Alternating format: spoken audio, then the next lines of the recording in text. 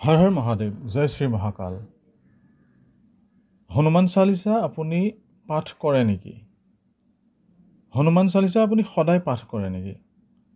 হনুমান চালিসা পাঠ কৰাৰ নিয়মাৱলীসমূহ কি কি হনুমানজীয়ে কি ভাল পায় বা কি বেয়া পায় এই সমূহ বিষয়াৱলী লৈ এই ভিডিঅটো প্ৰস্তুত কৰা হৈছে আমাৰ শৈৱ মহাসংঘৰ একনিষ্ঠ সেৱক প্ৰহ্লাদ বৰাই হনুমান চালিসা পাঠ কৰিছে আৰু হনুমান চালিসাৰ পাঠৰ নিয়মাৱলীসমূহ বিশ্লেষণ কৰিছে হনুমান চালিসা এটা নিৰ্দিষ্ট সুৰত পাঠ কৰা হয় সেই সুৰটো আমি সকলোৱে জানো কিন্তু এই ভিডিঅটোত আমি পৰীক্ষামূলকভাৱে কিমান খৰকৈ হনুমান চালিসা পাঠ কৰিব পাৰি হেতু দেখুৱাব বিচাৰিছো আহকচোন চাও প্ৰহ্লাদ বৰাই কিমান খৰকৈ হনুমান চালিসা পাঠ কৰিছে আৰু হনুমান চালিসাৰ ওপৰত এটা বিশ্লেষণ আগবঢ়াইছে চাও আহক श्री गुरु शरण सरोज रज निज मन मुकुरो सुधारी वरनौ रघुबर विमल जसो जोदायक फल सारी बुद्धिहीन तनु जानिके सुमिरो पवन कुमार बल बुद्धि विद्या देहु मोहि हरहु कलेश विकार जय हनुमान ज्ञान गुण सागर जय कपीश तिहु लघु सागर रामदूत अतुलित बल धामा अंजनी पुत्र पवन सुत नामा महावीर विक्रम बजरंगी कुमुदि निवार सुमति संगी कंचन वरण विराज सुबेसा कानन कुंडल कुंसित केसा हाथ वज्र ध्वजा विराजय कांधे मूज जने उसाजय शंकर संयम केसरी नंदन तेज प्रताप महाजग बंदन विद्यावान गुणी अति सातु राम काज करिबे को आतु प्रभु चरित सुनिबे को रसिया राम लखन सीता मन बसिया सूक्ष्म रूप धरि सियहि दिखावा विकट रूप धरि लंक जरावा भीम रूप धरि असुर संहारे रामचंद्र के काज सवारे लाई संजीवन लखन जियावे श्री रघुबीर हर्षि उलावे श्री रघुपति की बहुत बड़ाई तुम मम प्रिय भरत सम भाई सहस बदन तुम्हारो जस गावे यश करि श्रीपति कंठ लगावे सनकादि ब्रह्मादि मुनि नर सरस होइते होइसा जम कुबेर दिक्पाल धाते कवि कवि सरे कहते तुम उपकार सुग्रीव किनहा राम मिलाय राजपति नहा तुम हर मंत्र विभीषण मान अलंकेश्वर भय सब जग जना जुग सहस यजन पर भानु लीलोता ही मधुर पल जानु प्रभु मुद्रिका मुख में माही चलधि लंघी गए सरसना ही दुर्गम काज जगत के जयते सुगमन गौ तुमहर तेते राम दुआरे तुम रखवारे हो तुम आज्ञा बिनु पैसारे सब सुख लय तुम्हारे शरणा तुम रक्षक कहु तरना आपन ते समहरु आपे तीनों लोक हाकते कापे भूत विखस निकट नहीं आवे महावीर जन नाम सुनाबे नासे रोग हरे सब पीरा जपत निरंतर हनुमर वीरा संकट हनुमान सुराबे मन कर्म संध्यान जुलाबे सब पर राम तेजस्वी राजा तीनों के सकल तुम साजा और मन राज्यो कोई लावे स्वयं जीवन फल पावे सारू जो प्रताप तुम्हारा है प्रसिद्ध जगत उजियारा साधु संत के तुम रखवारे असुर निकंदन नाम दुआरे अष्ट सिद्धि नव निधि दाता सब दिन जानकी माता राम रसायन तुम्हारे पासा सदा रहु रघुपति के दासा तुम्हारे भजन राम को पावे जन्म जन्म के दुख बिसरावे अंत काल रघुबर जाई जहाँ जन्म हरि भक्त कराए और देवता सिद्ध न धराई हनुमान से सर्व सुख कराई संकट कटय मिटय सब पीरा जो सुमिरै हनुमान बल बीरा जय जय जय जय हनुमान गुहाई कृपा करो गुरुदेव की नाय जो यह सत बर्बाद करो को इस ही बंदी महासुख हो जय कहै ये हनुमान सविसा होय सिद्धि साखी गईसा तुलसीदास प्रहलाद बरा सदा हरि से राखी जय ना हृदय महंदेरा पवन तनय संकट हरन मंगल मूर्ति रूप राम लखन सीता सहित हृदय बसहु सूरभू श्री रामचंद्र की जय माता जानकी की जय पवन पुत्र हनुमान जी की जय श्री गुरु गुरु गणेश जी की जय आसलते बहुते हनुमान चालिसा पाठ करिले आपनालोके यदि किछु किछु यदि प्रतिदिन पाठ करिब नय अन्तत आपुनि सप्ताहत मंगलबार और शनिबार और जेहेतु ग्रह दशार कारण हनुमान चालिसा अत्यंत प्रयोजनीय कारण इतक शक्तिशाली चालिसा नाहे और आपुनि शनिबारे यदि हनुमान चालिसा पाठ करे तो शनिदेवर जी कुप्रभाव कुदृष्टि तार पर परित्राण पाब पारि और ये कथा स्वयं शनिदेवे हनुमानजीक কৈ থৈছে যে हे हनुमानजी जेतिया एक कहानी আছে এই কাহিনী প্ৰসংগলৈ মই নাহো এতিয়া তো हे हनुमानजीर সেই কথা দি থৈছে যে যি আপোনাৰ স্তুতি কৰিব আপোনাৰ গুণগান কৰিব তাৰ ওপৰত মোৰ প্ৰভাৱ কেতিয়াও মই নাৰাখোঁ আৰু সেই হনুমান চালিসা যদি সদায় যদি প্ৰতিদিন নিতৌ যদি পাঠ কৰিবলৈ মানুহৰ সময় যদি অকণমান অভাৱ আজি যেহেতু আজিৰ দিনত মানুহৰ সময় অভাৱ হয় তো যদি সময় অভাৱ হয় তেতিয়া আপুনি শনিবাৰ বা মঙ্গলবাৰ আপুনি পাঠ কৰিব পাৰে মঙ্গলবাৰটো যেহেতু হনুমানজীৰ বাৰ আৰু যাৰ শনি দশা গ্ৰহ দশা বেয়া চলি আছে সেই শনিবাৰ পাঠ কৰিব পাৰে আটাইতকৈ জৰুৰী বিষয় এইটোৱে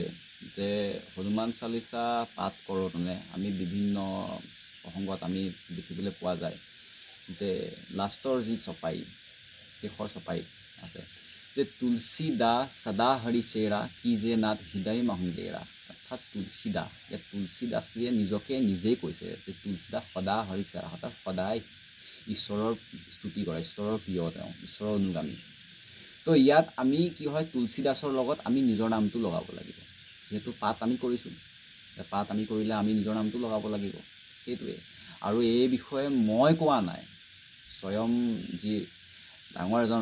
ৰামভদ্ৰ আচাৰ্য তেখেতে কৈছে। তেখেত হৈছে আপোনাৰ উত্তৰ প্ৰদেশৰ, তেখেত এজন বিখ্যাত, উত্তৰ প্ৰদেশৰ বুলিয়ে নহয় তেওঁ সমস্ত সাধু সন্তসকলৰ তেখেত বিখ্যাত। নিজৰ নামটো কেনেকৈ লগাব লাগিব? নিজৰ নামটো আপুনি এনেকৈ লগাব লাগিব, নিজৰ নামটো আপুনি এনেধৰণে লগাব লাগিব যে শ্ৰী গুৰু চৰণ সৰোজ ৰজন নিত্যানন্দজি আৰম্ভণি বা আপুনি সম্পূৰ্ণ ওলালে এই শেষৰ পৰ্যায় যদি শেষৰ যি চপাই যি শ্লোক যে তুলসী দাস সদা হৰি চেৰা ঠাইত তুলসী দাস, এতিয়া মোৰ নামটো প্ৰহ্লাদ বৰা, তো মই কি ক'ব লাগিব তুলসী দাস প্ৰহ্লাদ বৰা সদা হৰি চেৰা, অৰ্থাৎ সদায় আমি ঈশ্বৰৰ অনুগামী, সদায় ঈশ্বৰক প্ৰাধান্য দিব লাগিব যে তুলসী দাস প্ৰহ্লাদ বৰা সদা হৰি চেৰা কি যে না হৃদয় মহংগেৰা। অৰ্থাৎ হনুমানজীৰ আমি স্তুতি কৰাৰ আগত যে এই যি ৰাম গুণা আছে আমি স্তুতি কৰাৰ আগত আমি নিজৰ নামটো তাত লগাই দিব লাগিব। আচলতে হনুমান চালিচা পাঠ কৰিব হ'লে সম্পূৰ্ণ মনুষ্যতে যিজনে পাঠ কৰিব তেখেত সম্পূৰ্ণ শুদ্ধাহাৰী হ'ব লাগিব। তেখেতৰ মুখৰ যি বাক্য সাত্বিক হ'ব লাগিব। আচলতে তেওঁ তামসিক গুণৰ পৰা আঁতৰি থাকিব লাগিব। বিশেষকৈ হনুমান চালিচা, যিহেতু হনুমানজী স্বয়ং তেওঁ কেশৰী নন্দন তেওঁ, আৰু সেই কেশৰী নন্দনে আপোনাৰ তেখেত কেতিয়াও ফলাহাৰী, তেওঁ নিৰামিষভোজী।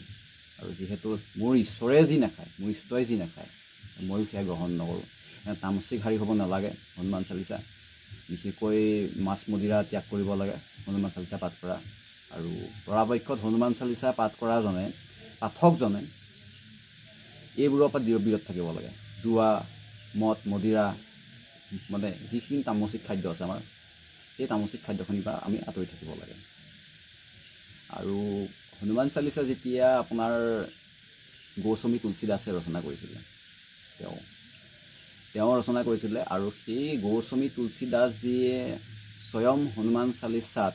হনুমানজীৰ বৰ্ণনাৰ বিষয় দিয়া আছে। তেওঁৰ শক্তি, যশ, গুণ, গান,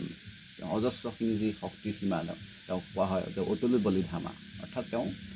শক্তিৰ যি বলৰ কোনো সীমা নাই, আৰু সেইবাবে তেখেতক কোৱা হয় অতুল বলিধামা। আৰু এক কাহিনী আছে, পোৱা যায় কাহিনী মতে যে গৌস্বামী তুলসীদাসজীয়ে যেতিয়া হনুমানজীৰ যেতিয়া এই নাম প্ৰসংগ, মানে হনুমানজীৰ যি চালিচা পাঠ ৰচনা কৰিব ওলাইছিলে, তেতিয়া হনুমানজী বৰ এটা মানে সন্তুষ্ট নাছিলে। মানে হনুমানজীয়েতো ৰাম নামেই সাৰ তেওঁৰ কাৰণে সকলো, তো ৰাম নামেকে তেওঁ প্ৰাধান্য দিয়ে, সেইটো কাৰণে তেওঁ প্ৰভু শ্ৰীৰামচন্দ্ৰৰ নাম ল'লে তেওঁ খুব ভাল পায়। তো হনুমানজী বৰ এটা সন্মতি জনোৱা নাছিলে এই কথাত, কাৰণ গৌস্বামী তুলসীদাসজীয়ে হনুমানজীক সাক্ষাৎ পাইছিলে নিজৰ জীৱনকালত, সাক্ষাৎ তেখেতে পাইছিলে। আৰু সেইটো কাৰণে তেখেতে যেতিয়া মন কৰিলে হনুমান চালিচা পাঠ মানে ৰচনা কৰিবলৈ, তেতিয়া গৌস্বামী তুলসীদাসৰ সেই তাত মানে তেওঁ সন্মতি দিয়া নাছিল হনুমানজীয়ে, যে মোৰ ৰচনা মানে তেওঁ যশ গুণ গান ভাল পোৱা নাই, তেওঁ সদায় স্বামী ভক্তি আৰু স্বামী ভক্তিৰ কাৰণে তেওঁ মানে হনুমানজীয়ে কেতিয়াও তেওঁ ভাল পোৱা নাছিলে। মানে তেওঁ কৈছিলে যে মোৰ নালাগে। তেতিয়া সেই কি কৰিব, সেই সন্তুষ্ট কৰিবৰ কাৰণে, হনুমানজীক মনাবৰ কাৰণে শ্ৰীৰামচন্দ্ৰৰ প্ৰথম স্তুতি দোহা, মানে হনুমান চালিচাত আপোনাৰ 3 ভাগ দোহা আছে। প্ৰথম দোহা, দ্বিতীয় দোহা, তাৰপিছত আহিব চপাই, অৰ্থাৎ শ্লোক। 40 ভাগ শ্লোক আছে। তো 40 ভাগ শ্লোকৰ পাছত আহিব 3 নম্বৰটো দোহা। তো এই প্ৰথম দোহাত যি শ্ৰী গুৰু চৰণ সৰোজ ৰজ নিজ মন মুকুৰ সুধাৰী, অৰ্থাৎ গুৰু, হনুমানজীক গুৰু মানি লৈছে। শ্ৰী গুৰু চৰণ সৰোজ ৰজ নিজ মন মুকুৰ সুধাৰী, বৰুণ ৰঘুবৰ বিমল যশু যোদায়ক চাৰি। অৰ্থাৎ হনুমানজীয়ে তাত ৰঘুবৰৰ কথা কৈছে। তো ৰঘুবৰৰ কথা কোৱাৰ লগে লগে হনুমানজীয়ে মই ভাবিলে যে মোৰ ৰঘুবৰৰ কথা ক'ব, মই বহি লওঁ, মই সুধিম। তাত যেতিয়া হনুমানজীৰ সেই প্ৰথম দোহা হেৰিয়ে গৌস্বামী তুলসীদাসজীয়ে ৰচনা কৰিলে তো হনুমানজী বহি ল'লে শুনিবলৈ যে মোৰ স্বামীৰ বিষয়ে ক'ব, তাত ৰঘুবৰ আছে। কিন্তু তেতিয়া তেওঁ এবাৰ বহুৱাই লোৱাৰ পাছত তেওঁ এই মানে তেওঁ গুণগান যিখিনি শ্লোক আছে সেই শ্লোকখিনি তেওঁ বৰ্ণনা কৰা হয়, মানে লিখে মানে। কিন্তু এই দোহা যে কি বস্তু, দোহা আচলতে দোহা আৰু চপাই ইয়াৰ মাজত পাৰ্থক্য কিটো? আচলতে চপাইত সম্পূৰ্ণ হনুমানজীৰ যশ গুণগানৰ বিষয়ে দিয়া আছে। ইয়াত না শ্ৰী ৰামচন্দ্ৰৰ নামো দিয়া আছে, তেখেতৰ নামো দিয়া আছে, ইয়াত মহাদেৱৰ নামো দিয়া আছে, শিৱ শংকৰ কৈলাশপতি নামো দিয়া আছে। তো ইয়াত দিয়া আছে সূৰ্যৰ বিষয়েও দিয়া আছে, যুগ সহস্ৰ যোজন পৰ ভানু। তো ইয়াত হনুমানজীক প্ৰাধান্য দিয়া হৈছে, মানে হনুমানজীৰ যি যশ গুণ গান সেই সকলোবিলাক ইয়াত বৰ্ণনা কৰা হৈছে। কিন্তু ইয়াত দোহা ক'ৰবাই, দোহাৰ অবিহনে চপাই কোনো অৰ্থহীন মানে। কাৰণ আপুনি যেতিয়া হনুমানজীক আবাহন কৰিব লাগিব, হনুমানজীক আবাহন কৰাবলৈ প্ৰথম উদ্দেশ্যটো কি হ'ব, আমি দোহা ক'ব লাগিব যে শ্ৰী গুৰু চৰণ সৰোজ ৰজ নিজ মনো মুকুৰ সুধাৰি বৰণৌ ৰঘুবৰ বিমল যশো যোদায়ক ফলচাৰি। অৰ্থাৎ হনুমানজীক আমি আবাহন কৰিব লাগিব, তেওঁ গুৰুক মানি ল'ব লাগিব তেখেতৰ। তো শ্ৰী গুৰু চৰণ সৰোজ ৰজ নিজ মনো মুকুৰ সুধাৰি বৰণৌ ৰঘুবৰ বিমল যশো যোদায়ক ফলচাৰি।